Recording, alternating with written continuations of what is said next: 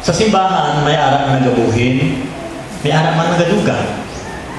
Nagabuhin, nagadugang. Siyempre, alangan may dugang, iba ng patay na. Gabuhin din na yan. The same also sa mag-asawa. Di ba? Sa mag-asawa, samtang nagadasinuding 60 na 60 o 50 na lang. Damo, no? Okay. Samtang nagadugay tali sa mag-asawa, nag-insindihan na, di ba? Pero may diferensya, nagyapon eh. Di ba? O, gamay lang ang problema, black weight na yun. Sa church na manan, sa simbahan, gamay lang ang sunggod, diferensya, sunggod dahil, silo dahil membership. Silo ko na kastora! Kay naglakit mo ito kay Brad, kay sis. Actually, it's not, hindi na mo ang sabat. Sa pagkultibar sa maayong relasyon. Ang managani kung kaisa sa kinapon, kung hindi nga maayong atong relasyon sa isang isa. Tandaan nun eh, pag wala kang nag-isa, ang Ginoo hindi din mag-bless sa church. Tandaan nyo bigla, Bible na nagamban. But I believe God will give more blessings when the church is united with one another. Ang damo sa aton, wala pa na-resolve.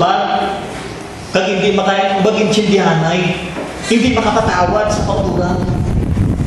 Because of our bad relationship. But you know what the Bible says on how to cultivate good relationship with God? Number 1, ABC of cultivating a good relationship. Number 1, acknowledge your need for others. Acknowledge lang ang utod mo, kinahanglan mo na sa. Hindi pwedeng ilong siya, dunggan siya, kung walang dunggan, ano na lang? Wala kamot. Ano na lang kamot? Hindi pwede nga. Ayan naman na sila, kung baga, waya, may mabulos sa tuwan. Hindi pwede. Because according to the Word of God, according to 1 Corinthians chapter 12, verse 20-21, kung paa ikaw, kung tiil ikaw, kung mata ka, hindi pwede nga wala ka din. Kaya kinahanglan ka din.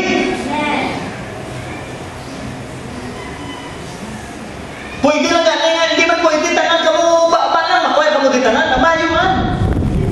Pero hindi man na natabo, di ba? Kaya may hiyas mo. Hindi pwede tanan ka mo, pastor, di. Na-realize nyo? Ay, tuod, no? Sa kuha lang ako gali, ay, ang iba, ako gali, mag-encourage lang ko yan. Ang ako gali, mag-pray lang ko. Hindi pwede tanan ka mo, pastor, di. Puro, kanya-kanya kang mangita simbahan, pastor ka mo.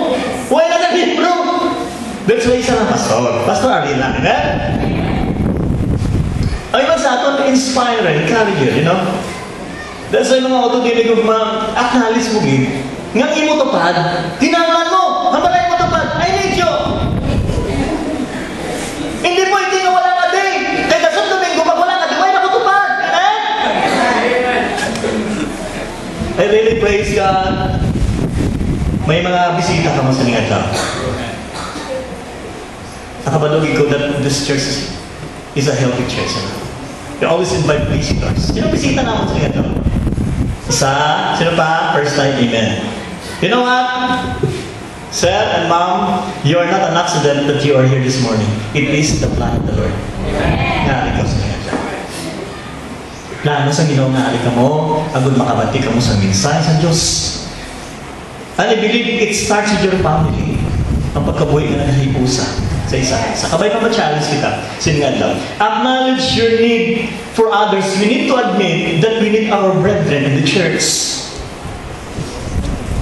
Kinahanglan mo na siya. Ang abyan essential kaayo. Ano mo damo kang kwarta, wala ka man abyan.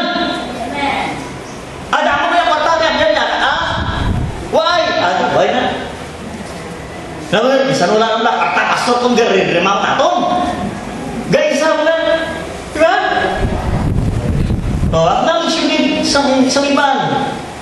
As long as hindi mo ma-acknowledge sa kinanglan mo ang iban, hindi magbago ang iyong pamatasan. Hindi ka din magtubo.